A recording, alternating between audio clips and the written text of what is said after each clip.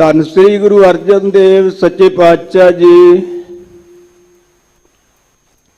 ਅੱਜ ਦੇ ਇਸ ਪਾਵਨ ਹੁਕਮ ਵਿੱਚ ਅਕਾਲ ਪੁਰਖ ਵਾਹਿਗੁਰੂ ਦੇ ਸਨਮੁਖ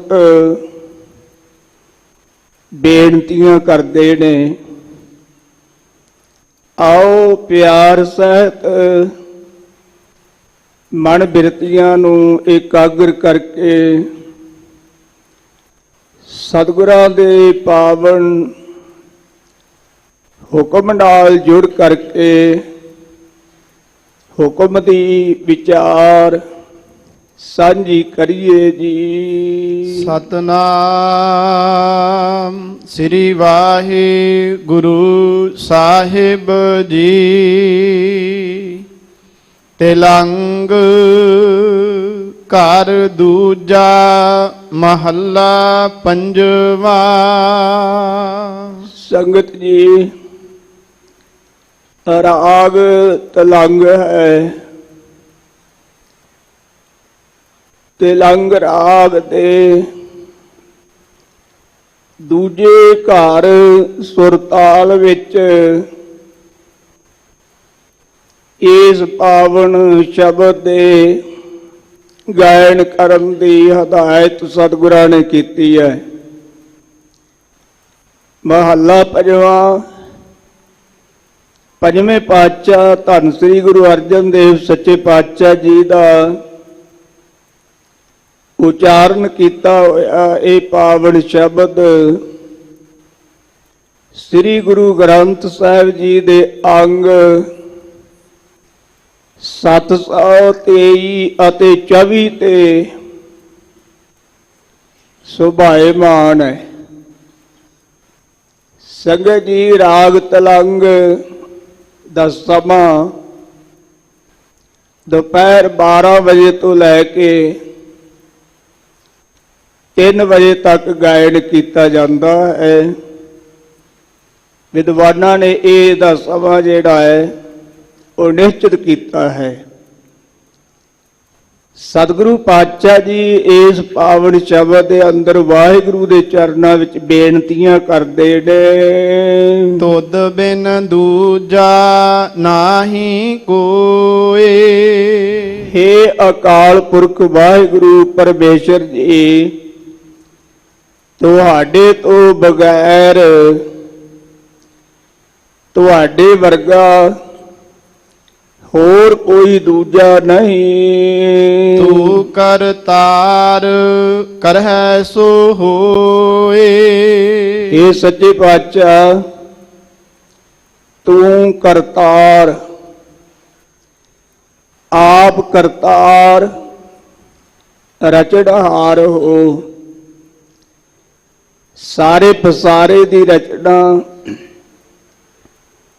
ਸਾਰੀ ਸ੍ਰਿਸ਼ਟੀ ਦੀ ਰਚਨਾ ਆਪ ਜੀਆਂ ਨੇ ਕੀਤੀ ਹੈ। ਅਥਵਾ ਇਹ ਸਾਰੇ ਜੀਵਾਂ ਦੀ ਰੋਜੀ ਰੋਟੀ ਦੀ, ਉਮਰ ਦੀ, ਸਿਮਰਨ ਭਜਨ ਦੀ ਜਿਹੜੀ ਤਾਰ ਹੈ ਨਾ, ਉਹ ਆਪ ਜੀ ਦੇ ਕਰ ਹੱਥਾਂ ਵਿੱਚ ਹੈ। ਕਰ ਨਾਮ ਹੱਥਾਂ ਦਾ ਹੈ, ਤਾਰ ਨਾਮ ਡੋਰੀ ਦਾ ਵੀ ਹੈ। ਜਿਵੇਂ ਸਤਿਗੁਰਾਂ ਨੇ ਉਚਾਰਨ ਕੀਤਾ, ਪ੍ਰਭ ਡੋਰੀ ਹਾਥ ਤੁਮਾਰੇ। ਹੇ ਪ੍ਰਭੂ ਜੀ, ਸਾਰੇ ਜੀਵਾਂ ਦੀ ਡੋਰੀ ਤੁਹਾਡੇ ਹੱਥ ਵਿੱਚ ਹੈ। ਕਬੀਰ ਕੂਕਰ ਰਾਮ ਕੋ ਮੁਤਿਆ ਮੇਰੋ ਨਾਉ। ਗਲੇ ਹਮਾਰੇ ਜੇਵਰੀ ਜੈ ਖਿੰਚੇ ਤੈ ਜਾਉ। ਭਗਤ ਕਬੀਰ ਸਾਹਿਬ ਜੀ ਕਹਿੰਦੇ ਨੇ ਕਿ ਹੇ ਪ੍ਰਭੂ, ਮੈਂ ਤੇਰੇ ਦਰ ਦਾ ਕੂਕਰ ਹਾਂ। ਮੇਰਾ ਨਾਮ ਮੁਤੀਆ ਹੈ। ਮੇਰੇ ਗਲ ਵਿੱਚ ਆਪ ਜੀ ਨੇ ਹੁਕਮ ਦੀ ਰੱਸੀ ਪਾਈ ਹੋਈ ਹੈ, ਡੋਰੀ ਪਾਈ ਹੋਈ ਹੈ। ਮਹਾਰਾਜ, ਤੇ ਜਿੱਥੇ ਵੀ ਆਪ ਖਿੱਚ ਕੇ ਲੈ ਜਾਂਦੇ ਹੋ ਮੈਂ ਉੱਥੇ ਹੀ ਜਾਂਦਾ ਹਾਂ। ਸਤਿਗੁਰੂ ਪਾਤਸ਼ਾਹ ਜੀ ਕਹਿੰਦੇ ਨੇ, ਵਾਹਿਗੁਰੂ ਜੀ ਆਪ ਸਾਰੀ ਸ੍ਰਿਸ਼ਟੀ ਦੇ ਰਚਨਹਾਰ ਹੋ, ਸਾਰੀ ਸ੍ਰਿਸ਼ਟੀ ਦੇ ਜੀਵਾਂ ਦੀ ਰੋਜੀ ਰੋਟੀ, ਉਮਰ ਇਤਿਆਦਿਕ ਇਹ ਸਭ ਕੁਝ ਤੁਹਾਡੇ ਕਾਰ ਹੱਥਾਂ ਦੇ ਵਿੱਚ ਹੈ। ਇਹ ਡੋਰੀ ਤੁਹਾਡੇ ਹੱਥ ਵਿੱਚ ਹੈ, ਤਾਰ ਤੁਹਾਡੇ ਹੱਥ ਵਿੱਚ ਹੈ। ਕਰਹਿ ਸੋ ਹੋਏ, ਜੋ ਆਪ ਜੀ ਕਰਦੇ ਹੋ ਨਾ ਉਹ ਕੁਛ ਹੁੰਦਾ ਹੈ। ਇਹ ਵੱਖਰੀ ਗੱਲ ਹੈ ਕਿ ਅਸੀਂ ਅਲਪੱਗ ਜੀਵ ਕਈ ਵਾਰ ਪ੍ਰਭੂ ਦੇ ਕੀਤੇ ਤੇ ਕਿੰਤੂ ਪ੍ਰੰਤੂ ਵੀ ਕਰਦੇ ਹਾਂ, ਤੇ ਕਈ ਵਾਰ ਪ੍ਰਭੂ ਦੇ ਕੀਤੇ ਨੂੰ ਅਸੀਂ ਆਪਣਾ ਸਮਝਦੇ ਹਾਂ ਵੀ ਮੈਂ ਕੀਤਾ ਹੈ। ਜੇ ਮੈਂ ਨਾ ਹੁੰਦਾ ਤੇ ਇਹ ਹੋਣਾ ਹੀ ਨਹੀਂ ਸੀਗਾ। ਜੇ ਮੈਂ ਨਾ ਹੁੰਦਾ ਤੇ ਕਿਸੇ ਨੇ ਕਰਨਾ ਹੀ ਨਹੀਂ ਸੀਗਾ। ਸੰਗਤ ਜੀ, ਇਹ ਸਾਡੇ ਅੰਦਰ ਬਹੁਤ ਵੱਡਾ ਭੁਲੇਖਾ ਹੈ। ਸੱਚੇ ਪਾਤਸ਼ਾਹ ਜੀ ਕਹਿੰਦੇ ਨੇ, ਵਾਹਿਗੁਰੂ ਜੋ ਵੀ ਕਰਦਾ ਹੈ ਨਾ ਜੀ ਉਹ ਕੁਛ ਹੁੰਦਾ ਹੈ। ਉਹਦੇ ਹੁਕਮ ਵਿੱਚ ਹੀ ਇਹ ਸਾਰੇ ਜੀਵ ਜੰਤੂ ਵਰਤ ਰਹੇ ਨੇ। ਤੇਰਾ ਜੋਰ ਤੇਰੀ ਮਨ ਟੇਕ। ਸੱਚੇ ਪਾਤਸ਼ਾਹ ਜੀ ਕਹਿੰਦੇ ਨੇ, ਵਾਹਿਗੁਰੂ ਜੀ ਮਨ ਵਿੱਚ ਤੁਹਾਡੀ ਓਟ ਧਾਰਨ ਕੀਤੀ ਹੋਈ ਹੈ ਅਤੇ ਤੁਹਾਡਾ ਹੀ ਦਿੱਤਾ ਹੋਇਆ ਇਸ ਸਰੀਰ ਵਿੱਚ ਬਲ ਹੈ। ਇਹ ਜਿਹੜਾ ਸਾਡੇ ਸਰੀਰਾਂ ਵਿੱਚ ਬਲ ਹੈ ਨਾ ਜੀ, ਤਾਣ ਹੈ, ਇਹ ਵੀ ਵਾਹਿਗੁਰੂ ਦਾ ਦਿੱਤਾ ਹੋਇਆ ਹੈ। ਜਦੋਂ ਵਾਹਿਗੁਰੂ ਬਲ ਖਿੱਚ ਲੈਂਦਾ ਹੈ, ਤਾਣ ਖਿੱਚ ਲੈਂਦਾ ਹੈ, ਤੇ ਫਿਰ ਬੰਦਾ ਸਿਰ ਹਿਲਾਈ ਜਾਂਦਾ ਹੈ। ਇਹ ਨਹੀਂ, ਹੁਣ ਨਹੀਂ ਕੁਝ ਵੀ ਹੋ ਸਕਦਾ, ਹੁਣ ਤਾਂ ਸਰੀਰ 'ਚ ਬਲ ਹੀ ਨਹੀਂ ਰਿਹਾ, ਹੁਣ ਕੀ ਕਰ ਸਕਦੇ ਹਾਂ। ਇਹ ਵੀ ਉਹਦੀ ਦਾਤ ਹੈ ਸੰਗਤ ਜੀ। ਇਸੇ ਕਰਕੇ ਬਾਬਾ ਫਰੀਦ ਜੀ ਨੇ ਜ਼ਿਕਰ ਕੀਤਾ ਹੈ, ਤਾਣ ਹੁੰਦੇ ਹੋਏ ਨਿਤਾਣਾ। ਸਰੀਰਕ ਬਲ ਦੇ ਹੁੰਦਿਆਂ, ਰਾਜਨੀਤਿਕ ਬਲ ਦੇ ਹੁੰਦਿਆਂ, ਧਾਰਮਿਕ ਬਲ ਦੇ ਹੁੰਦਿਆਂ ਬੰਦੇ ਨੂੰ ਕੀ ਕਰਨਾ ਚਾਹੀਦਾ ਹੈ? ਬਾਬਾ ਫਰੀਦ ਜੀ ਕਹਿੰਦੇ ਨਿਤਾਣਾ ਹੋ ਕੇ ਰਵੇ। ਨਿਤਾਣਾ ਆਪਣਾ ਬਲ ਜਿਹੜਾ ਨਾ ਉਹ ਜ਼ਾਹਰ ਨਾ ਕਰੇ।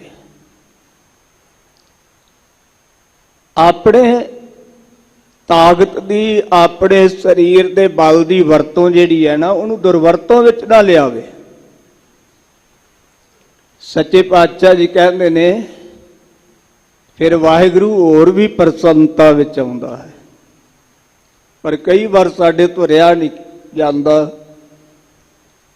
ਅਸੀਂ ਆਪਣੇ ਸਰੀਰ ਦਾ ਬਲ ਜਿਹੜਾ ਉਹ ਵਿਖਾਉਣ ਦਾ ਯਤਨ ਕਰਦੇ ਹਾਂ। ਸੱਚੇ ਪਾਤਸ਼ਾਹ ਜੀ ਕਹਿੰਦੇ, ਵਾਹਿਗੁਰੂ ਮਨ ਵਿੱਚ ਤੁਹਾਡੀ ਟੇਕ ਓਟ ਹੈ ਤੇ ਤੁਹਾਡਾ ਹੀ ਦਿੱਤਾ ਹੋਇਆ ਇਹ ਸਰੀਰਕ ਜੋਰ ਹੈ, ਬਲ ਹੈ।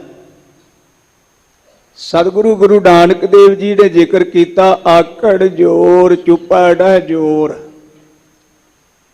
ਨਾ ਤਾਂ ਕਿਸੇ ਵਿੱਚ ਆਕੜਨ ਦਾ ਜ਼ੋਰ ਹੈ, ਨਾ ਚੁੱਪ ਰਹਿਣ ਦਾ ਜ਼ੋਰ ਹੈ। ਸੰਗਤ ਜੀ, ਨਾ ਹੀ ਜ਼ੋਰ ਕਰਕੇ ਕੋਈ ਜੀ ਸਕਦਾ ਹੈ ਵੀ ਮੈਂ ਜ਼ੋਰ ਨਾਲ ਜੀਵਾਂ, ਤੇ ਨਾ ਹੀ ਜ਼ੋਰ ਕਰਕੇ ਕੋਈ ਮਰ ਸਕਦਾ ਹੈ। ਮੌਤ ਵੀ ਜ਼ੋਰ ਕਰਕੇ ਨਹੀਂ ਆਉਂਦੀ, ਉਹਦੇ ਹੁਕਮ ਵਿੱਚ ਹੀ ਆਉਂਦੀ ਹੈ। ਜਦੋਂ ਉਹਦਾ ਹੁਕਮ ਹੁੰਦਾ ਹੈ ਨਾ ਉਦੋਂ ਹੀ ਉਹਦੇ ਹੁਕਮ ਵਿੱਚ ਮੌਤ ਆਉਂਦੀ ਹੈ, ਉਹਦੇ ਹੁਕਮ ਵਿੱਚ ਹੀ ਬੰਦਾ ਜਿਉਂਦਾ ਹੈ। ਇਸ ਕਰਕੇ ਸਤਿਗੁਰੂ ਜੀ ਕਹਿੰਦੇ, ਵਾਹਿਗੁਰੂ ਤੇਰੀ ਮਨ ਵਿੱਚ ਓਟ ਹੈ, ਤੁਹਾਡਾ ਹੀ ਦਿੱਤਾ ਹੋਇਆ ਇਹ ਸਰੀਰਕ ਬਲ ਹੈ, ਤੇ ਆਪ ਹੀ ਕਿਰਪਾ ਕਰਕੇ ਇਸ ਸਰੀਰਕ ਬਲ ਦੇ ਹੁੰਦਿਆਂ ਨਿਤਾਣਾਪਣ ਜਿਹੜਾ ਮਹਾਰਾਜ ਉਹ ਬਖਸ਼ਿਸ਼ ਕਰਦੇ ਰਹੋ ਜੀ। ਸਦਾ ਸਦਾ ਜਪ ਨਾਨਕ ਏਕ। ਸੱਚੇ ਪਾਤਸ਼ਾਹ ਜੀ ਕਹਿੰਦੇ, ਭਾਈ ਸਦਾ ਸਦਾ ਹਮੇਸ਼ਾ ਹਮੇਸ਼ਾ ਹੀ ਜਪਣਾ ਕਰ। ਮਹਾਰਾਜ ਕਿਹਨੂੰ ਜਪਾਂ? ਸਤਿਗੁਰੂ ਜੀ ਕਹਿੰਦੇ ਨੇ ਨਾਨਕ ਏਕ। ਹਜ਼ੂਰ ਕਹਿੰਦੇ ਭਾਈ ਇੱਕ ਦਾ ਜਾਪ ਕਰ, ਬਹੁਤਿਆਂ ਦੇ ਪਿੱਛੇ ਨਾ ਤੁਰਿਆ ਫਿਰ ਵੀ ਐਤੋਂ ਵੀ ਕੰਨਾ ਮੁੰਨਾ ਕੁਰ ਕਰਵਾ ਲਿਆ ਤੇ ਉਤੋਂ ਵੀ ਕਰਵਾ ਲਿਆ। ਨਹੀਂ, ਸਤਿਗੁਰੂ ਜੀ ਕਹਿੰਦੇ ਨੇ ਭਾਈ ਇੱਕ ਦੇ ਨਾਲ ਜੁੜ। ਸਾਹਿਬ ਮੇਰਾ ਏਕੋ ਹੈ, ਏਕੋ ਹੈ ਭਾਈ ਏਕੋ ਹੈ। ਸਾਡਾ ਮਾਲਕ ਇੱਕ ਹੈ।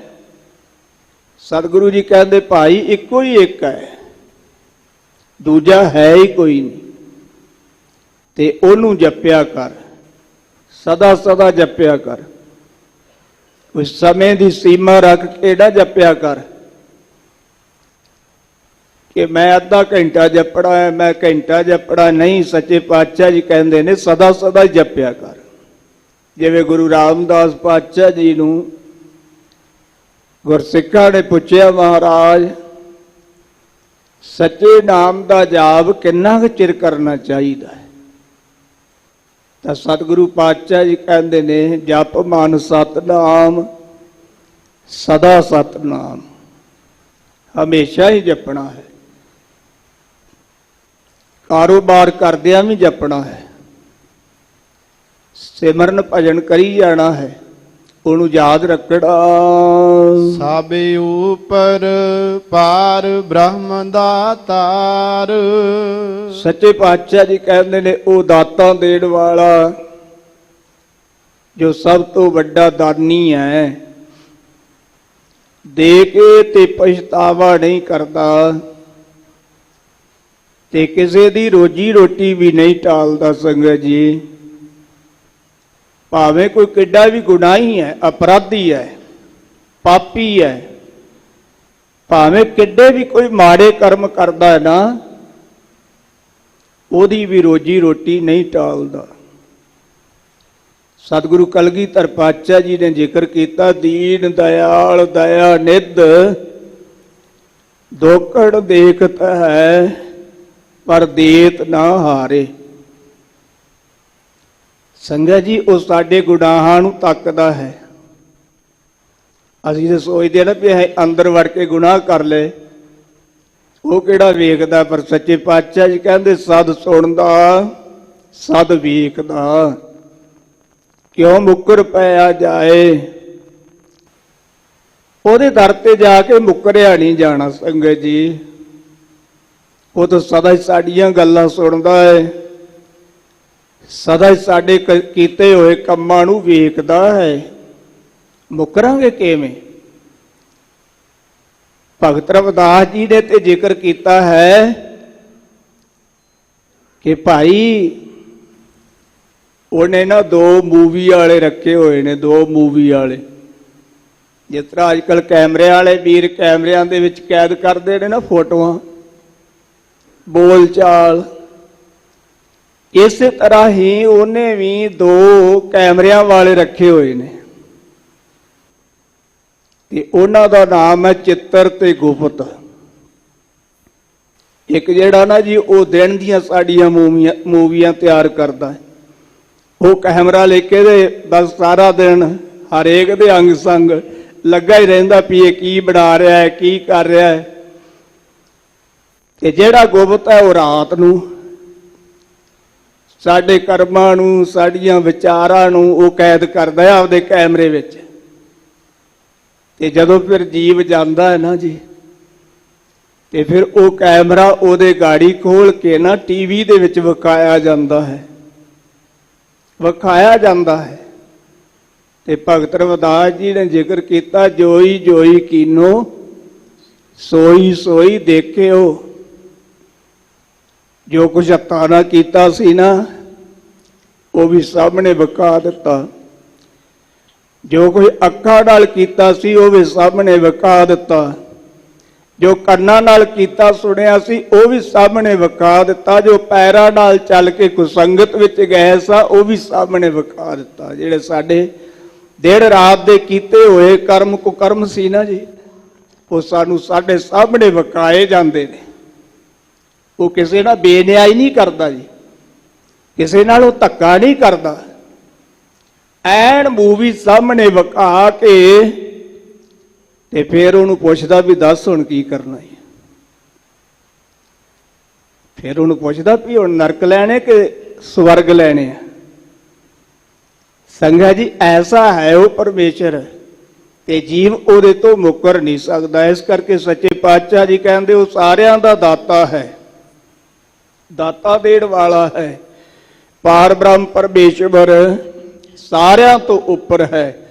ਸਾਰੇ ਦੇਵੀ ਦੇਵਤੇ, ਪੀਰ ਪੈਗੰਬਰ, ਰਿਸ਼ੀ ਮੁਨੀ ਸਾਰੇ ਉਹਦੇ ਤੋਂ ਥੱਲੇ ਰਹਿ ਜਾਂਦੇ ਨੇ। ਭਾਈ ਉਹ ਸਾਰਿਆਂ ਦੇ ਉੱਪਰ। ਤੇਰੀ ਟੇਕ ਤੇਰਾ ਆਧਾਰ। ਸੱਚੇ ਪਾਤਸ਼ਾਹ ਜੀ ਕਹਿੰਦੇ ਵਾਹਿਗੁਰੂ ਤੇਰੀ ਸਾਨੂੰ ਓਟ ਹੈ ਤੇ ਤੇਰਾ ਹੀ ਸਾਨੂੰ ਆਸਰਾ ਹੈ। ਰਹਾਉ ਵਿਸਰਾਮ ਦੇ ਕੇ ਫਰਮਾਉਂਦੇ ਨੇ, ਹੈ ਤੂੰ ਹੋਵਨਹਾਰ। ਇਹ ਵਾਹਿਗੁਰੂ ਜੀ ਆਪ ਭੂਤ ਕਾਲ ਵਿੱਚ ਵੀ ਵਰਤਮਾਨ ਸੀ, ਆਪ ਭੂਤ ਕਾਲ ਵਿੱਚ ਵੀ ਸੀ। ਜਿਹੜਾ ਪਿੱਛੇ ਸਮਾਂ ਬੀਤ ਗਿਆ ਨਾ ਜੀ, ਇਹਨੂੰ ਭੂਤ ਕਾਲ ਕਿਹਾ ਜਾਂਦਾ। ਜਿਵੇਂ ਇਉਂ ਕਹਿ ਲਈਏ ਵੀ ਕੱਲ ਦਾ ਦਿਨ ਤੇ ਕੱਲ ਦੀ ਰਾਤ ਜਿਹੜੀ ਬੀਤ ਚੁੱਕੀ ਹੈ, ਇਹਨੂੰ ਭੂਤ ਕਾਲ ਕਹਿੰਦੇ ਨੇ। ਤੇ ਜਿਹੜਾ ਅੱਜ ਦਾ ਸਮਾਂ ਹੈ, ਇਹਨੂੰ ਵਰਤਮਾਨ ਸਮਾਂ ਕਿਹਾ ਜਾਂਦਾ ਹੈ। ਤੇ ਜਿਹੜਾ ਕੱਲ ਨੂੰ ਆਉਣ ਵਾਲਾ ਸਮਾਂ, ਉਹਨੂੰ ਭਵਿੱਖਤ ਕਾਲ ਕਿਹਾ ਜਾਂਦਾ ਹੈ। ਇਹ ਤਿੰਨ ਸਮਿਆਂ ਦੀ ਵੰਡ ਕੀਤੀ ਗਈ ਹੈ। ਤੇ ਧੰਨ ਗੁਰੂ ਅਰਜਨ ਦੇਵ ਸੱਚੇ ਪਾਤਸ਼ਾਹ ਜੀ ਕਹਿੰਦੇ ਨੇ, ਵਾਹਿਗੁਰੂ ਜੀ ਆਪ ਭੂਤ ਕਾਲ ਵਿੱਚ ਵੀ ਸੀ, ਤੂੰ ਹੈ ਤੇ ਤੁਸੀਂ ਹੁਣ ਵਰਤਮਾਨ ਕਾਲ ਵਿੱਚ ਵੀ ਹੋ। ਤੂੰ ਹੋਵਨਹਾਰ। ਸੱਚੇ ਪਾਤਸ਼ਾਹ ਜੀ ਤੁਸੀਂ ਭਵਿੱਖਤ ਕਾਲ ਵਿੱਚ ਵੀ ਹੋਵੋਗੇ। ਆਗਮ ਅਗਾਧ ਊਚ ਅਪਾਰ। ਸੱਚੇ ਪਾਤਸ਼ਾਹ ਜੀ ਆਪ ਮਨ ਬਾਣੀ ਤੋਂ ਪਰਾ ਹੋ। ਮਨ ਦੀ ਗਮਤਾ ਕਰਕੇ ਤੁਸੀਂ ਪਕੜ ਵਿੱਚ ਨਹੀਂ ਆਉਂਦੇ। ਅਗਾਧ ਬਹੁਤ ਡੂੰਘੇ ਹੋ ਮਹਾਰਾਜ, ਨਿਰਾਲ ਹੋ, ਬਹੁਤ ਡੂੰਘੇ ਤੇ ਨਿਰਾਲ ਹੋ। ਔਰ ਆਪ ਸਾਰਿਆਂ ਤੋਂ ਉੱਚੇ ਤੇ ਪ੍ਰਕਿਰਤੀ ਦੇ ਅਪਾਰ ਪਾਰਾਵਾਰ ਤੋਂ ਰਹਿਤ ਹੋ। ਜੋ ਤੁਧ ਸੇਵਹਿ ਤਿਨ ਭਉ ਦੁਖ ਨਾਹੀ। ਹਜੂਰ ਕਹਿੰਦੇ ਵਾਹਿਗੁਰੂ ਜੀ ਜਿਹੜੇ ਜਿਹੜੇ ਵੀ ਆਪ ਜੀ ਨੂੰ ਚੇਤੇ ਕਰਦੇ ਨੇ, ਯਾਦ ਕਰਦੇ ਨੇ, ਸਿਮਰਨ ਕਰਦੇ ਨੇ, ਉਹਨਾਂ ਨੂੰ ਨਾ ਤਾਂ ਕਿਸੇ ਦਾ ਭਉ ਹੈ। ਭਉ 7 ਪ੍ਰਕਾਰ ਦਾ ਮੰਨਿਆ ਸੰਗਤ ਜੀ। ਜਿਵੇਂ ਪਾਣੀ ਦਾ ਡਰ, ਅੱਗ ਦਾ ਡਰ, ਸੱਪ ਦਾ ਡਰ, ਦੁਸ਼ਮਣ ਦਾ ਡਰ, ਰਾਜੇ ਦਾ ਡਰ ਇਤਿਆਦਿਕ ਨਾ ਜੀ, ਇਹ 7 ਪ੍ਰਕਾਰ ਦਾ ਭਉ ਮੰਨਿਆ ਵਿਦਵਾਨਾਂ ਨੇ। ਸੱਚੇ ਪਾਤਸ਼ਾਹ ਜੀ ਕਹਿੰਦੇ ਨੇ ਪਰ ਜਿਹੜੇ ਸਿਮਰਨ ਕਰਦੇ ਨੇ ਨਾ ਜੀ, ਉਹਨਾਂ ਨੂੰ ਇਹ ਭਉ ਨਹੀਂ ਵਿਆਪਦਾ। 3 ਭਉ ਦੁੱਖ ਨਾਹੀਂ। ਨਾ ਹੀ ਉਹਨਾਂ ਨੂੰ ਜੰਮਣ ਤੇ ਮਰਨ ਦਾ ਦੁੱਖ ਵਿਆਪਦਾ। ਭਾਵ ਜਿਹੜੇ ਸਿਮਰਨ ਭਜਨ ਕਰਦੇ, ਵਾਹਿਗੁਰੂ ਤੈਨੂੰ ਯਾਦ ਕਰਦੇ ਨੇ, ਉਹਨਾਂ ਨੂੰ ਨਾ ਤਾਂ ਭਉ ਡਰ ਵਿਆਪਦਾ ਹੈ, ਨਾ ਹੀ ਉਹਨਾਂ ਨੂੰ ਕਿਸੇ ਪ੍ਰਕਾਰ ਦਾ ਕੋਈ ਦੁੱਖ ਵਿਆਪਦਾ। ਗੁਰ ਪ੍ਰਸਾਦ ਨਾਨਕ ਗੁਣ ਗਾਹੇ। ਮੇਰੇ ਵਰਗੇ ਜਿਹੜੇ ਪੁੱਛ ਲਿਆ ਮਹਾਰਾਜ ਕਿਉਂ ਨਹੀਂ ਵਿਆਪਦਾ, ਆਪੇ ਤੁਸੀਂ ਕਹਿੰਦੇ ਹੋ ਵੀ ਸਾਰੇ ਜੀਵ ਜੰਤੂ ਜਿਹੜੇ ਡਰ ਵਿੱਚ ਪੈਦਾ ਕੀਤੇ ਹੋਏ ਨੇ, ਤੇ ਆਪ ਹੀ ਤੁਸੀਂ ਕਹਿੰਦੇ ਹੋ ਵੀ ਉਹਨਾਂ ਨੂੰ ਭਉ ਨਹੀਂ ਵਿਆਪਦਾ, ਦੁੱਖ ਨਹੀਂ ਵਿਆਪਦਾ, ਕਾਰਨ ਕੀ ਹੈ? ਤਾਂ ਸੱਚੇ ਪਾਤਸ਼ਾਹ ਜੀ ਕਹਿੰਦੇ ਨੇ ਭਾਈ ਗੁਰੂ ਦੀ ਕਿਰਪਾ ਨਾਲ ਉਹ ਅੱਠੇ ਪੈਰ ਵਾਹਿਗੁਰੂ ਦੇ ਗੁਣ ਗਾਉਂਦੇ ਨੇ, ਤੇ ਜਿਹੜੇ ਗੁਣ ਗਾਉਂਦੇ ਨੇ ਨਾ ਫਿਰ ਉਹਨਾਂ ਨੂੰ ਕਿਸੇ ਪ੍ਰਕਾਰ ਦਾ ਭਉ ਨਹੀਂ। ਆ ਜਦੋਂ ਜੰਗਲਾਂ ਦੇ ਵਿੱਚ ਜਾ ਕਰਕੇ ਉਹ ਬੰਦਗੀ ਕਰਦੇ ਨੇ, ਭਗਤੀ ਕਰਦੇ ਨੇ ਸੰਗਤ ਜੀ, ਜੰਗਲਾਂ ਦੇ ਵਿੱਚ ਸ਼ੇਰ ਵੀ ਨੇ, ਹਾਥੀ ਵੀ ਨੇ, ਚੀਤੇ ਵੀ ਨੇ, ਕਈ ਤਰ੍ਹਾਂ ਦੇ ਮਾਰੂ ਜਾਨਵਰ ਨੇ, ਪਰ ਜਦੋਂ ਉਹ ਬੰਦਗੀ ਕਰਦੇ ਨੇ ਵਾਹਿਗੁਰੂ ਵਿੱਚ ਉਹਨਾਂ ਦੀ ਸੁਰਤ ਜੁੜ ਜਾਂਦੀ ਹੈ, ਤੇ ਸੰਗਤ ਜੀ ਉਹ ਜਿਹੜੇ ਮਾਰੂ ਜਾਨਵਰ ਨੇ ਨਾ ਉਹ ਵੀ ਉਹਨਾਂ ਦੇ ਕੋਲ ਆਣ ਕੇ ਬੈਠ ਜਾਂਦੇ ਨੇ। ਨਾਨਕ ਪ੍ਰਕਾਸ਼ ਦੇ ਵਿੱਚ ਜ਼ਿਕਰ ਆਉਂਦਾ ਹੈ, ਧੰਨ ਗੁਰੂ ਨਾਨਕ ਦੇਵ ਸੱਚੇ ਪਾਤਸ਼ਾਹ ਜੀ ਜਦੋਂ ਜੰਗਲ ਦੇ ਵਿੱਚ ਕੀਰਤਨ ਕਰਦੇ, ਭਾਈ ਮਰਦਾਨਾ ਜੀ ਰਬਾਬ ਵਜਾਉਂਦੇ ਤੇ ਸਤਿਗੁਰੂ ਜੀ ਕੀਰਤਨ ਕਰਦੇ, ਤੇ ਜਿਹੜੇ ਜੰਗਲ ਦੇ ਖੂੰਖਾਰ ਜਾਨਵਰ ਸੀ ਨਾ, ਮਾਰੂ ਜਾਨਵਰ ਸੀ, ਉਹ ਗੁਰੂ ਨਾਨਕ ਦੇਵ ਜੀ ਦੇ ਚਰਨਾਂ ਵਿੱਚ ਆ ਕੇ ਸਮਾਧੀਆਂ ਜੋੜ ਕੇ ਬੈਠ ਜਾਂਦੇ ਸੀ ਸੰਗਤ ਜੀ।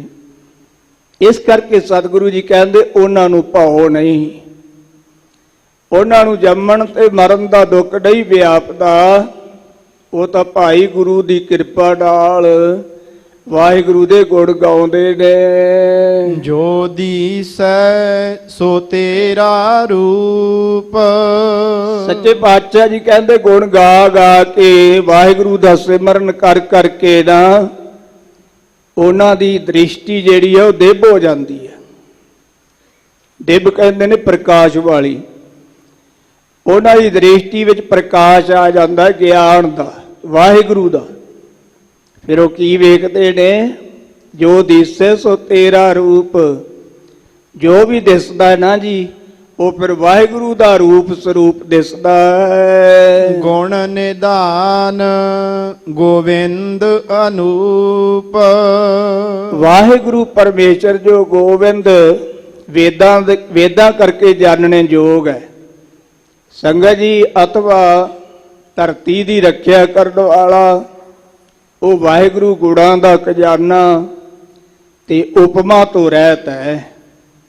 ਉਹਦੀ ਕਿਸੇ ਵਸਤੂ ਨਾਲ ਉਪਮਾ ਨਹੀਂ ਕੀਤੀ ਜਾ ਸਕਦੀ। ਜਿਵੇਂ ਭੱਟਾ ਨੇ ਜ਼ਿਕਰ ਕੀਤਾ, ਭੱਲੇ ਅਮਰਦਾਸ ਗੁਣ ਤੇਰੇ, ਤੇਰੀ ਉਪਮਾ ਤੋਹੇ ਬਾਣੇ ਆਵੇ। ਸੱਚੇ ਪਾਤਸ਼ਾਹ ਜੀ ਤੁਹਾਡੀ ਉਪਮਾ ਕਿਸੇ ਨਾਲ ਨਹੀਂ ਕੀਤੀ ਜਾ ਸਕਦੀ, ਤੁਹਾਡੀ ਤੁਲਨਾ ਕਿਸੇ ਨਾਲ ਨਹੀਂ ਕੀਤੀ ਜਾ ਸਕਦੀ। ਤੁਹਾਡੀ ਉਪਮਾ ਕੇਵਲ ਤੁਹਾਨੂੰ ਹੀ ਬਾੜ ਆਉਂਦੀ ਹੈ। ਇਸੇ ਤਰ੍ਹਾਂ ਸੱਚੇ ਪਾਤਸ਼ਾਹ ਜੀ ਕਹਿੰਦੇ ਨੇ ਭਾਈ ਉਹ ਵਾਹਿਗੁਰੂ ਗੁਣਾਂ ਦਾ ਖਜ਼ਾਨਾ ਅਤੇ ਗਿਆਨ ਕਰਕੇ ਜਾਣਨੇ ਯੋਗ ਉਪਮਾ ਤੋਂ ਰਹਿਤ। ਸਿਮਰ ਸਿਮਰ ਸਿਮਰ ਜਨ ਸੋਏ। ਸਤਿਗੁਰੂ ਜੀ ਕਹਿੰਦੇ ਨੇ ਸਿਮਰਨੇ ਯੋਗ ਵਾਹਿਗੁਰੂ ਨੂੰ ਸਿਮਰ ਕੇ ਜਿਹੜੇ ਜਨ ਦਾਸ ਨੇ ਨਾ ਉਹ ਅੱਠੇ ਪੈਰ ਵਾਹਿਗੁਰੂ ਦਾ ਸਿਮਰਨ ਕਰਦੇ ਨੇ, ਮਨ ਕਰਕੇ, ਬਾਣੀ ਕਰਕੇ, ਸਰੀਰ ਕਰਕੇ ਵਾਹਿਗੁਰੂ ਨੂੰ ਚੇਤੇ ਕਰਦੇ। ਨਾਨਕ ਕਰਮ ਪ੍ਰਾਪਤ ਹੋਏ। ਹਜੂਰ ਕਹਿੰਦੇ ਭਾਈ ਫਿਰ ਉਹਨਾਂ ਨੂੰ ਕੀ ਪ੍ਰਾਪਤ ਹੁੰਦਾ ਜਿਹੜੇ ਸਿਮਰਨ ਕਰਦੇ ਨੇ? ਸਤਿਗੁਰੂ ਜੀ ਕਹਿੰਦੇ ਉਹਨਾਂ ਨੂੰ ਕਰਮ ਬਖਸ਼ਿਸ਼ ਪ੍ਰਾਪਤ ਹੁੰਦੀ ਹੈ ਵਾਹਿਗੁਰੂ ਦੀ। ਕਰਮ ਸੰਗਤ ਜੀ ਇਹ ਫਾਰਸੀ ਦਾ ਸ਼ਬਦ ਹੈ। ਜਦੋਂ ਕਰਮ ਮੰਮੇ ਨੂੰ ਸਿਹਾਰੀ ਆਵੇਗੀ ਨਾ, ਇਹ ਫਾਰਸੀ ਦੇ ਵਿੱਚ ਬਣਦਾ ਕਰਮਮ। ਕਰਮਮ ਜਿਹੜਾ ਇਹ ਫਾਰਸੀ ਦਾ ਸ਼ਬਦ ਹੈ ਤੇ ਸਤਿਗੁਰੂ ਪਾਤਸ਼ਾਹ ਜੀ ਨੇ ਇਹਨੂੰ ਗੁਰਬਾਣੀ ਦੇ ਵਿੱਚ ਸੋਧ ਕੇ ਵਰਤਿਆ ਹੈ। ਜਿਵੇਂ ਪਰਵਤਗਾਰ ਸ਼ਬਦ ਹੈ, ਇਹ ਵੀ ਫਾਰਸੀ ਦਾ ਸ਼ਬਦ ਹੈ, ਪਰਵਰਤਗਾਰ। ਸਤਿਗੁਰੂ ਜੀ ਨੇ ਫਾਰਸੀ ਦੇ ਸ਼ਬਦ ਜਿਹੜੇ ਨੇ ਗੁਰਬਾਣੀ ਵਿੱਚ ਸੋਧ ਕੇ ਵਰਤੇ ਨੇ। ਜਿਵੇਂ ਇੱਕ ਮੁੰਡਾ ਹਿੰਦੂਆਂ ਦਾ ਘਰੋਂ ਚਲਾ ਗਿਆ, ਨਿਹੰਗ ਜਥੇਬੰਦੀ ਵਿੱਚ ਜਾ ਕੇ ਰਲ ਗਿਆ, ਉਹਨੇ ਕੇਸ ਰੱਖ ਲਏ, ਤੇੜ ਕਚਹਿਰਾ ਪਾ ਲਿਆ, ਗਲੇ ਗਾਤਰਾ ਪਾ ਲਿਆ, 5 ਕਕਾਰਾਂ ਦਾ ਧਾਰਨੀ ਹੋ ਕੇ ਅੰਮ੍ਰਿਤਧਾਰੀ ਹੋ ਗਿਆ। ਜਦੋਂ ਕੁਝ ਸਮੇਂ ਤੋਂ ਘਰ ਆਇਆ ਤੇ ਘਰਦਿਆਂ ਨੇ ਪਛਾਣਿਆ ਹੀ ਨਾ। ਕਹਿਣ ਲੱਗਾ ਵੀ ਨਹੀਂ, ਮੈਂ ਤੁਹਾਡਾ ਹੀ ਮੁੰਡਾ ਹਾਂ। ਕਹਿਣ ਲੱਗੇ ਨਹੀਂ, ਸਾਡਾ ਮੁੰਡਾ ਤੇ ਇਸ ਤਰ੍ਹਾਂ ਦਾ ਸੀਗਾ। ਕਹਿੰਦਾ ਉਹ ਮੇਰਾ ਨਕਲੀ ਸਰੂਪ ਸੀ, ਨਕਲੀ। ਅਸਲ ਦੇ ਵਿੱਚ ਮੈਨੂੰ ਇਹ ਹੁਣ ਅਸਲੀ ਸਰੂਪ ਮਿਲਿਆ ਹੈ। ਤੇ ਗੁਰੂ ਨਾਨਕ ਦੇਵ ਜੀ ਨੇ ਨਾ ਜੀ ਫਾਰਸੀ ਦੇ ਸ਼ਬਦਾਂ ਨੂੰ ਅਸਲੀ ਰੂਪ ਦੇ ਕੇ ਗੁਰਬਾਣੀ ਵਿੱਚ ਅੰਕਿਤ ਕੀਤਾ। ਸੱਚੇ ਪਾਤਸ਼ਾਹ ਜੀ ਕਹਿੰਦੇ ਨੇ ਨਾਨਕ ਕਰਮ ਪ੍ਰਾਪਤ ਹੋਏ। ਸਤਿਗੁਰੂ ਜੀ ਕਹਿੰਦੇ ਭਾਈ ਫਿਰ ਉਹਨਾਂ ਨੂੰ ਵਾਹਿਗੁਰੂ ਦੀ ਬਖਸ਼ਿਸ਼ ਪ੍ਰਾਪਤ ਹੁੰਦੀ ਆ। ਜਿਨ ਜਪਿਆ ਤਿਸ ਕਉ ਬਲਿਹਾਰ। ਸਤਿਗੁਰੂ ਪਾਤਸ਼ਾਹ ਜੀ ਕਹਿੰਦੇ ਭਾਈ ਜਿਨ੍ਹਾਂ ਨੇ ਜਪਿਆ ਅਸੀਂ ਉਹਨਾਂ ਤੋਂ ਬਲਿਹਾਰ ਕੁਰਬਾਨ ਜਾਂਦੇ ਆ। ਤਿਸ ਕੈ ਸੰਗ ਤਰੈ ਸੰਸਾਰ। ਉਹਨਾਂ ਦੀ ਸੰਗਤ ਕਰਕੇ, ਉਹਨਾਂ ਦਾ ਸੰਗ ਕਰਕੇ ਸੰਸਾਰ ਦੇ ਜੀਵ ਤਰ ਜਾਂਦੇ ਨੇ। ਜਿਵੇਂ ਸਤਿਗੁਰੂ ਜੀ ਨੇ ਜ਼ਿਕਰ ਕੀਤਾ ਹੈ ਨਾ, ਜਿਨੀ ਨਾਮ ਧਿਆਇਆ ਗਾਏ ਮਸਕਤ ਕਾਲ, ਨਾਨਕ ਤੇ ਮੁਖ ਉਜਲੇ ਕੀਤੀ ਛੁੱਟੀ ਨਾਲ।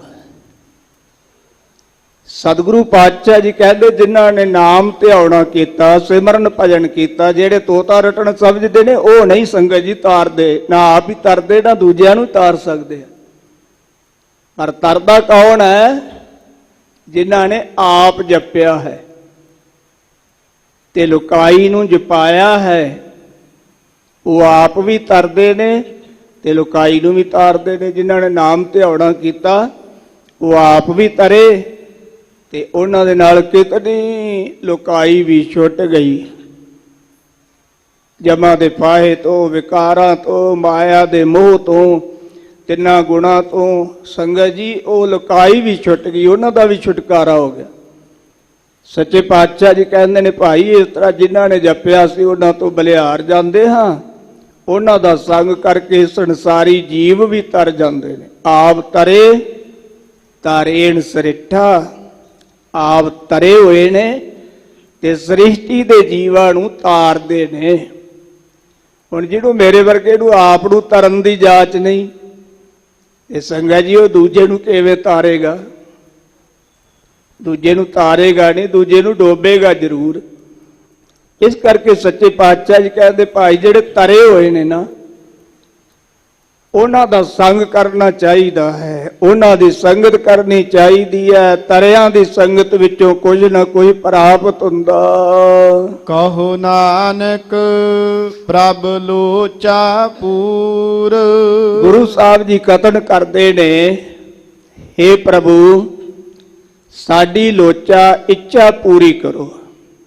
ਮਹਾਰਾਜ ਸਾਡੇ ਮਨ ਵਿੱਚ ਇੱਕ ਇੱਛਾ ਹੈ, ਆਪਣੀ ਆਪਣੀ ਇੱਛਾ ਹੁੰਦੀ ਹੈ ਨਾ। ਪਰ ਸਤਿਗੁਰੂ ਰਾਮਦਾਸ ਪਾਤਸ਼ਾਹ ਜੀ ਕਹਿੰਦੇ ਨੇ ਇੱਛਾ ਪੂਰਕ ਸਰਬ ਸੁਖ ਦਾਤਾਰ। ਹਰੀ ਵਾਹਿਗੁਰੂ ਜੋ ਸੁਖਾਂ ਦਾ ਦਾਤਾ ਹੈ ਨਾ, ਉਹ ਸਾਰਿਆਂ ਦੀਆਂ ਇੱਛਾਵਾਂ ਪੂਰੀਆਂ ਕਰਦਾ ਹੈ। ਭਾਵੇਂ ਕਿਸੇ ਦੀ ਮਾੜੀ ਇੱਛਾ ਹੋਵੇ ਤੇ ਕਿਸੇ ਦੀ ਭਾਵੇਂ ਚੰਗੀ ਹੋਵੇ, ਫਲ ਤਾਂ ਉਹਨੂੰ ਆਪਣੇ ਕਰਮਾਂ ਅਨੁਸਾਰ ਹੀ ਮਿਲਣਾ ਨਾ ਜੀ।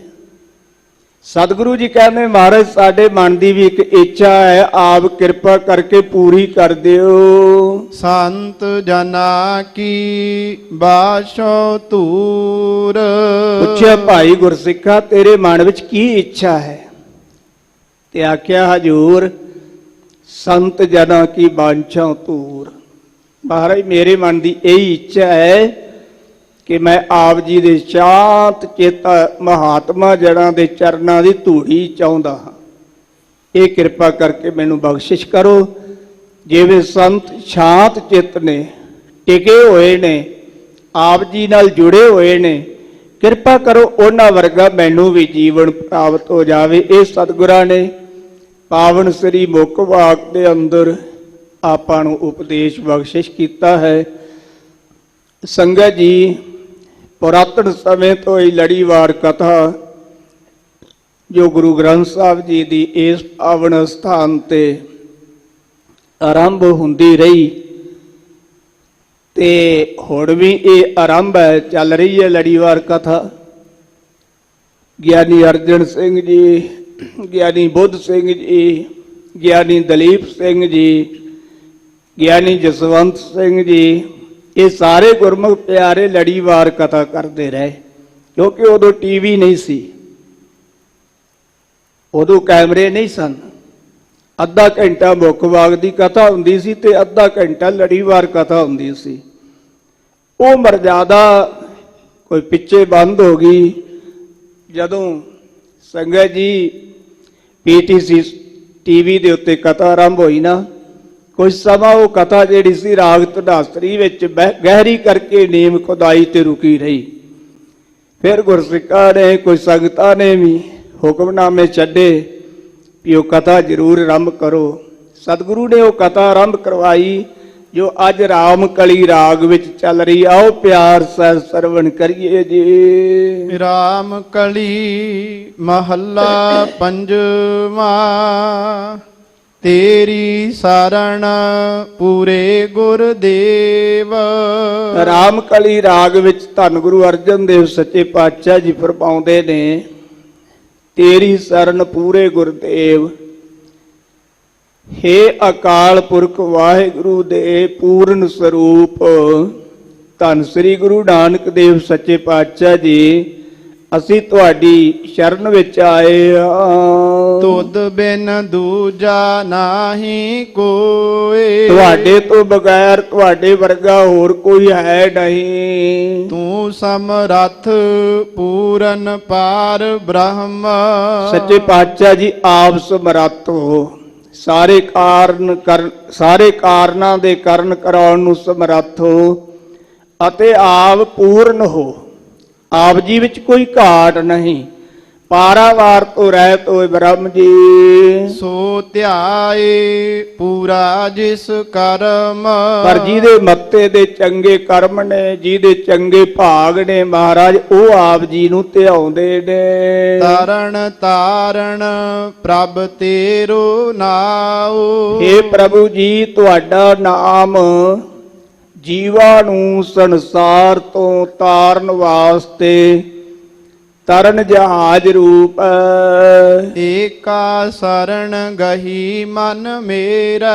ਸੱਚੇ ਪਾਤਸ਼ਾਹ ਮੇਰੇ ਮਨ ਨੇ ਇੱਕ ਆਪ ਜੀ ਦੀ ਸ਼ਰਨ ਗ੍ਰਹਿਣ ਕੀਤੀ ਹੈ। ਆਪ ਹੀ ਪਾਰ ਕਰ ਸਕਦੇ ਹੋ, ਇਸ ਕਰਕੇ ਆਪ ਜੀ ਦੀ ਸ਼ਰਨ ਗ੍ਰਹਿਣ ਕੀਤੀ ਹੈ। ਤੁਧ ਬਿਨ ਦੂਜਾ ਨਾਹੀ ਠਾਉ। ਸੱਚੇ ਪਾਤਸ਼ਾਹ ਜੀ ਤੁਹਾਡੇ ਤੋਂ ਬਗੈਰ ਹੋਰ ਕੋਈ ਦੂਜੀ ਜਗ੍ਹਾ ਨਹੀਂ। ਰਹਾਉ ਵਿਸਰਾਮ ਦੇ ਕੇ ਫਰਮਾਉਂਦੇ ਹਨ, ਜਪ ਜਪ ਜੀਵਾ ਤੇਰਾ ਨਾਉ। ਹੇ ਸੱਚੇ ਪਾਤਸ਼ਾਹ ਤੁਹਾਡਾ ਨਾਮ ਜਪ ਜਪ ਕੇ ਜੀਉਂਦਾ ਹਾਂ ਜੀ। ਆਗੈ ਦਰਗਹ ਪਾਵੋ ਠਾਉ। ਪੁੱਛਿਆ ਭਾਈ ਨਾਮ ਜਪ ਜਪ ਕੇ ਕਿਉਂ ਜੀਉਂਦਾ ਹੈ?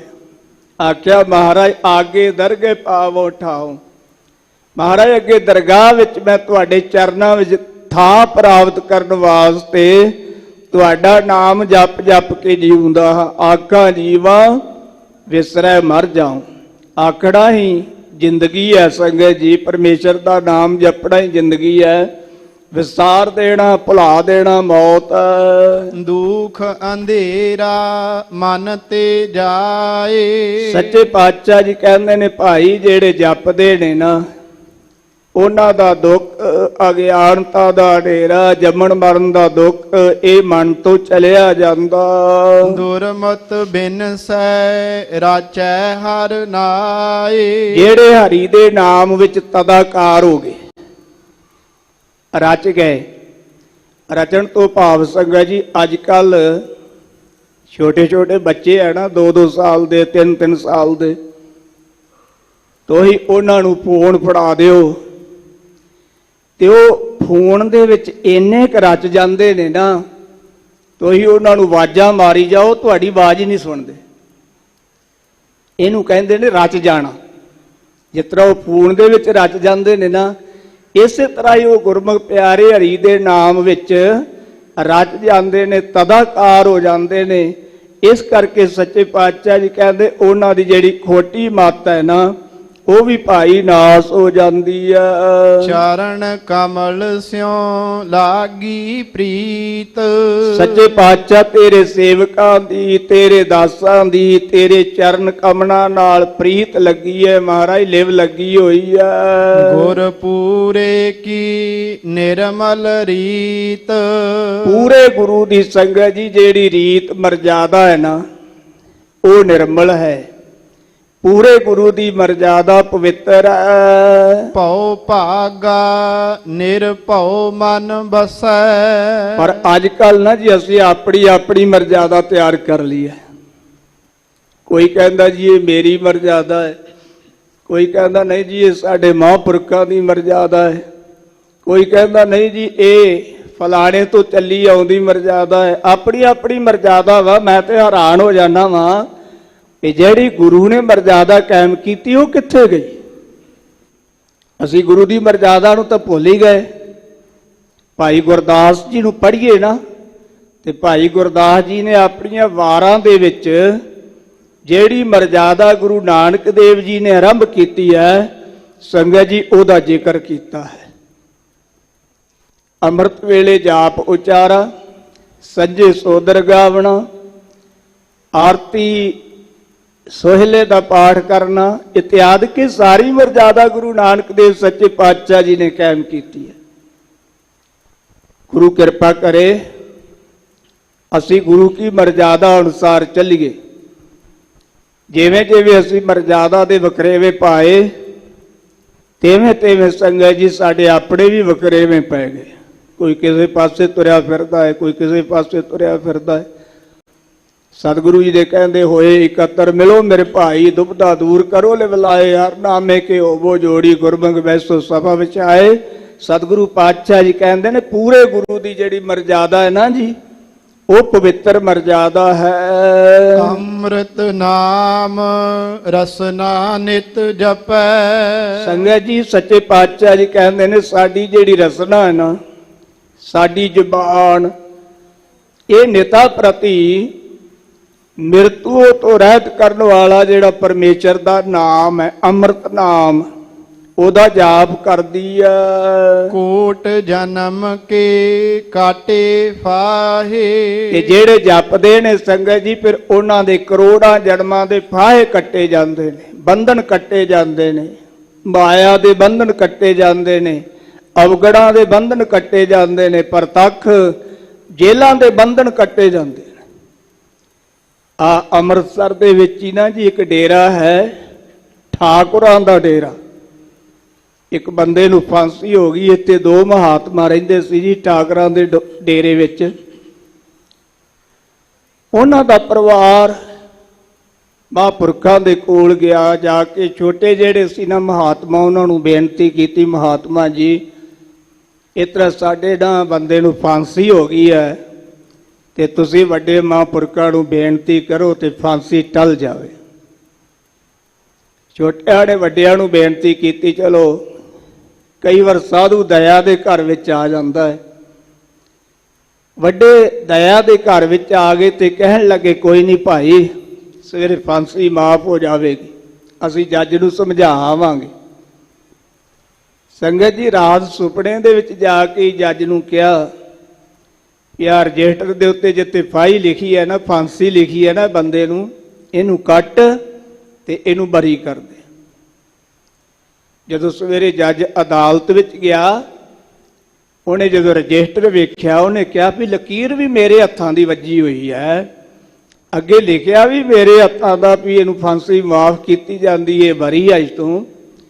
ਪਰ ਹੋਇਆ ਕਿਸ ਤਰ੍ਹਾਂ? ਮੈਂ ਤੇ ਅਦਾਲਤ ਵਿੱਚ ਹੁਣ ਆਇਆ ਹਾਂ। ਸੰਗਤ ਜੀ ਆਖਰ ਉਹ ਕਦੇ ਰਜਿਸਟਰ ਵੱਲੇ ਤੱਕਦਾ ਹੈ ਤੇ ਕਦੇ ਸਾਹਮਣੇ ਖਲੋਤੇ ਹੋਏ ਬੰਦੇ ਵੱਲੇ ਤੱਕਦਾ ਜਿਹਨੂੰ ਫਾਂਸੀ ਹੋਈ ਸੀ। ਆਖਰ ਉਹਨੇ ਕਿਹਾ ਵੀ ਮਿੱਤਰਾ ਤੈਨੂੰ ਮੁਆਫ, ਤੇਰੀ ਫਾਂਸੀ ਫੂਸੀ ਸਭ ਕੱਟੀ ਗਈ ਹੈ। ਜਦੋਂ ਪਰਿਵਾਰ ਮਹਾਂਪੁਰਖਾਂ ਦੇ ਡੇਰੇ ਗਏ, ਫਿਰ ਉਹ ਜੱਜ ਨੂੰ ਪਤਾ ਲੱਗਾ ਵੀ ਇਹ ਸਾਰੀ ਕਲਾ ਤਾਂ ਉਹਨਾਂ ਨੇ ਵਰਤਾਈ ਹੈ। ਸਿਮਰਨ ਭਜਨ ਕਰਨ ਵਾਲੇ ਜਿਹੜੇ ਨੇ ਨਾ ਜੀ, ਜੇ ਉਹ ਦਇਆ ਦੇ ਘਰ ਵਿੱਚ ਆ ਜਾਣ ਤੇ ਕਈ ਵਾਰ ਇਹੋ ਜਿਹੀਆਂ ਫਾਹੀਆਂ ਵੀ ਕੱਢ ਦਿੰਦੇ, ਤੇ ਜਿਹੜੇ ਬੰਧਨ ਪਏ ਹੁੰਦੇ ਨੇ ਉਹ ਤਾਂ ਸੱਚੇ ਪਾਤਸ਼ਾਹ ਜੀ ਕਹਿੰਦੇ ਸਿਮਰਨ ਭਜਨ ਦੇ ਨਾਲ ਕੱਟੇ ਜਾਂਦੇ ਨੇ। ਪਾਇਆ ਲਾਭ ਸੱਚਾ ਤਨ ਲਾਹੇ। ਸੱਚੇ ਪਾਤਸ਼ਾਹ ਜੀ ਕਹਿੰਦੇ ਦੁਨਿਆਵੀ ਲਾਭਾਂ ਦੇ ਵਿੱਚੋਂ, ਦੁਨਿਆਵੀ ਨਫਿਆਂ ਦੇ ਵਿੱਚੋਂ ਭਾਈ ਅਸੀਂ ਸੱਚਾ ਲਾਭ ਨਾਮ ਰੂਪੀ ਧਨ ਪ੍ਰਾਪਤ ਕੀਤਾ।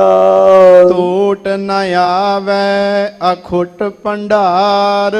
ਸਤਿਗੁਰੂ ਪਾਤਸ਼ਾਹ ਜੀ ਕਹਿੰਦੇ ਵਾਹਿਗੁਰੂ ਦੇ ਭੰਡਾਰੇ ਜਿਹੜੇ ਨੇ ਨਾ ਜੀ, ਉਹ ਅਖੁੱਟ ਨੇ, ਮੁੱਕਣ ਵਾਲੇ ਨਹੀਂ, ਉਹਨਾਂ ਵਿੱਚ ਤੋਟ ਨਹੀਂ ਆਉਂਦੀ।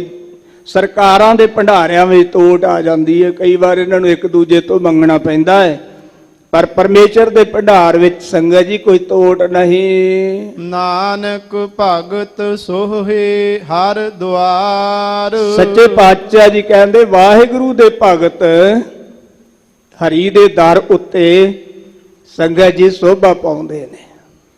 ਹਰੀ ਦੇ ਜਿਹੜੇ ਪਿਆਰੇ ਨੇ ਨਾ, ਭਗਤੀ ਕਰਨ ਵਾਲੇ, ਸਿਮਰਨ ਭਜਨ ਕਰਨ ਵਾਲੇ, ਉਹਨਾਂ ਨੂੰ ਸ਼ੋਭਾ ਮਿਲਦੀ ਵਾਹਿਗੁਰੂ ਦੇ ਦਰ ਤੇ ਜਾ ਕੇ ਹੈ। ਦੁਨੀਆ ਦੇ ਲੋਕ ਉਹਨਾਂ ਨੂੰ ਨਹੀਂ ਪਛਾਣਦੇ, ਕੋਈ ਕੁਛ ਆਖੀ ਜਾਂਦਾ ਹੈ, ਕੋਈ ਕੁਛ ਆਖੀ ਜਾਂਦਾ ਹੈ, ਪਰ ਜਦੋਂ ਵਾਹਿਗੁਰੂ ਦੇ ਦਰ ਤੇ ਜਾਂਦੇ ਨੇ, ਵਾਹਿਗੁਰੂ ਫਿਰ ਉਹਨਾਂ ਨੂੰ ਘੁੱਟ ਕੇ ਗਲਵੱਕੜੀ ਪਾ ਲੈਂਦਾ ਤੇ ਆਪਣੇ ਕੋਲ ਬਿਠਾ ਲੈਂਦਾ।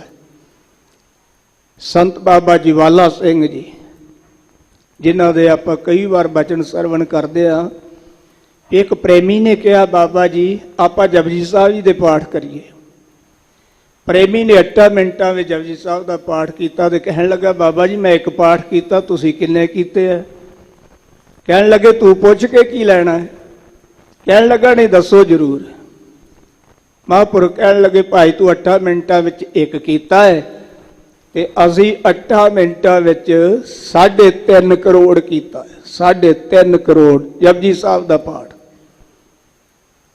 ਹੁਣ ਕਈ ਕਹਿਣਗੇ ਜੀ ਇਹ ਵੀ ਗੱਪਾਂ ਮਾਰਦੇ ਨੇ ਬਹਿ ਕੇ ਸਤਿਗੁਰਾਂ ਦੀ ਹਜ਼ੂਰੀ ਵਿੱਚ। ਨਹੀਂ ਸੰਗਤ ਜੀ, ਸਾਡੇ ਸਰੀਰ ਦੇ ਉੱਤੇ 3.5 ਕਰੋੜ ਰੋਮ ਨੇ। 3.5 ਕਰੋੜ ਕਿ ਜਦੋਂ ਗੁਰੂ ਕਾ ਸਿੱਖ ਗੁਰੂ ਕੇ ਸਿੱਖ ਨੂੰ ਖੁਸ਼ ਹੋ ਕੇ ਫਤਿਹ ਬੁਲਾ ਕੇ ਮਿਲਦਾ ਨਾ, ਉਦੋਂ 7 ਕਰੋੜ ਰੋਮ ਜਿਹੜੇ ਦੋਨਾਂ ਸਰੀਰਾਂ ਦੇ ਨਾ ਜੀ ਖੁਸ਼ ਹੋ ਜਾਂਦੇ, ਪ੍ਰਗਟ ਹੋ ਜਾਂਦੇ। ਤਾਂ ਮਹਾਂਪੁਰਖ ਕਹਿਣ ਲੱਗੇ ਭਾਈ ਅਸੀਂ ਤਾਂ 3.5 ਕਰੋੜ ਕੀਤਾ। ਹੈਰਾਨ ਹੋ ਗਿਆ। ਸੰਗਤ ਜੀ, ਸੰਤ ਬਾਬਾ ਸੋਹਣ ਸਿੰਘ ਜੀ, ਸੁਰ ਸਿੰਘ ਵਾਲੇ ਮਹਾਂਪੁਰਖ ਵਿਧੀ ਚੰਦੀਏ, ਉਹਨਾਂ ਨੇ ਇੱਕ ਵਾਰੀ ਅੰਮ੍ਰਿਤ ਵੇਲੇ ਜਦੋਂ ਆਪਣਾ ਧਿਆਨ ਗੁਰੂ ਨਾਨਕ ਦੇ ਚਰਨਾਂ ਵਿੱਚ ਲਾਇਆ ਤੇ ਕੀ ਵੇਂਦੇ ਨੇ, ਬਾਬਾ ਜਵਾਲਾ ਸਿੰਘ ਜੀ ਗੁਰੂ ਨਾਨਕ ਦੇਵ ਜੀ ਦੇ ਚਰਨਾਂ ਦੇ ਬਿਲਕੁਲ ਕੋਲ ਬੈਠੇ ਨੇ। ਸਤਿਗੁਰਾਂ ਨੇ ਆਪਣੇ ਕੋਲ ਬਿਠਾਇਆ ਹੈ। ਜਦੋਂ ਸੁਰਤੀ ਖੁੱਲੀ ਤੇ ਆਪਣੇ ਹੱਥੀਂ ਦੇਗ ਸਜਾ ਕੇ ਨਾ ਕੜਾ ਪ੍ਰਸ਼ਾਦ ਦੀ, ਤੇ ਬਾਬਾ ਜਵਾਲਾ ਸਿੰਘ ਸਾਹਿਬ ਜੀ ਵਾਸਤੇ ਲੈ ਕੇ ਗਏ। ਤੇ ਬਾਬਾ ਜੀ ਨੇ ਪੁੱਛਿਆ ਮਹਾਂਪੁਰਖੋ ਕੀ ਲਿਆਏ ਹੋ? ਕਹਿਣ ਲੱਗੇ ਜੀ ਅੱਜ ਸਵੇਰੇ ਜਦੋਂ ਸੁਰਤੀ ਗੁਰੂ ਨਾਨਕ ਦੇ ਚਰਨਾਂ ਨਾਲ ਜੋੜੀ ਤੇ ਉਦੋਂ ਵੇਖਿਆ ਆਪ ਗੁਰੂ ਨਾਨਕ ਦੇ ਚਰਨਾਂ ਵਿੱਚ ਬੈਠੇ ਹੋਏ ਸੀ, ਹੋਰ ਤਾਂ ਕੋਈ ਦਿਸਿਆ ਨਹੀਂ, ਆਪ ਜੀ ਨਜ਼ਰ ਆਇਓ। ਇਸ ਕਰਕੇ ਮਹਾਰਾਜ ਮੇਰੇ ਮਨ ਵਿੱਚ ਚਾਅ ਆਇਆ ਕਿ ਮੈਂ ਮਹਾਂਪੁਰਖਾਂ ਦੀ ਸੇਵਾ ਕਰਾਂ ਤੇ ਕੜਾ ਪ੍ਰਸ਼ਾਦ ਦੀ ਦੇਗ ਲੈ ਕੇ ਆਇਆ। ਸਤਿਗੁਰੂ ਪਾਤਸ਼ਾਹ ਜੀ ਕਹਿੰਦੇ ਨੇ ਨਾਨਕ ਭਗਤ ਸੋ ਹੈ ਹਰ ਦੁਆਰ। ਹਰੀ ਦੇ ਦਰ ਦੇ ਉੱਤੇ ਉਹਦੇ ਭਗਤ ਸਿਮਰਨ ਭਜਨ ਕਰਨ ਵਾਲੇ ਸ਼ੋਭਾ ਪਾਉਂਦੇ ਨੇ। ਸੰਗਤ ਜੀ, ਇੱਥੇ ਟਾਈਮ ਦੀ ਸਮਾਪਤੀ ਵੀ ਆ, ਟਾਈਮ ਉੱਪਰ ਵੀ ਹੋ ਗਿਆ। ਵੈਸੇ ਤਾਂ PTC ਵਾਲੇ ਵੀਰ ਉੱਪਰ ਨਹੀਂ ਜਾਣ ਦਿੰਦੇ, ਪਰ ਅੱਜ ਇਹਨਾਂ ਨੇ ਕਿਰਪਾ ਕੀਤੀ ਹੈ। PTC ਦੇ ਰਾਹੀਂ ਆਪਾਂ ਸਾਰੇ ਹੀ ਸੁਣਦੇ ਹਾਂ, ਪਰ ਜਦੋਂ ਹੁਕਮਨਾਮੇ ਦੀ ਕਥਾ ਵਿੱਚੇ ਕੱਟੀ ਜਾਂਦੀ ਹੈ ਨਾ, ਉਦੋਂ ਬੜੇ ਪੋੜ ਆਉਂਦੇ ਸੰਗਤ ਦੇ। ਵੇਖੋ ਜੀ ਹੁਕਮਨਾਮਾ ਵੀ ਪੂਰਾ ਨਹੀਂ ਹੋਇਆ। ਗੁਰੂ ਕਿਰਪਾ ਕਰੇ, ਸੱਚੇ ਪਾਤਸ਼ਾਹ ਰਹਿਮਤ ਕਰਨ। ਇਹ ਉਪਦੇਸ਼ ਸਤਿਗੁਰੂ ਜੀ ਦਾ ਸਾਡੇ ਹਿਰਦਿਆਂ ਵਿੱਚ ਵਸੇ, ਅਸੀਂ ਵੀ ਆਪਣੇ ਜੀਵਨ ਨੂੰ ਸਫਲਾ ਕਰੀਏ। ਹੋਈਆਂ ਭੁੱਲਾਂ ਦੀ ਖਿਮਾ ਕਰਨੀ ਜੀ। ਟੋਟ ਨ ਆਵੈ ਅਖੁੱਟ ਭੰਡਾਰ। ਨਾਨਕ ਭਗਤ ਸੋਏ ਹਰ ਦੁਆਰ।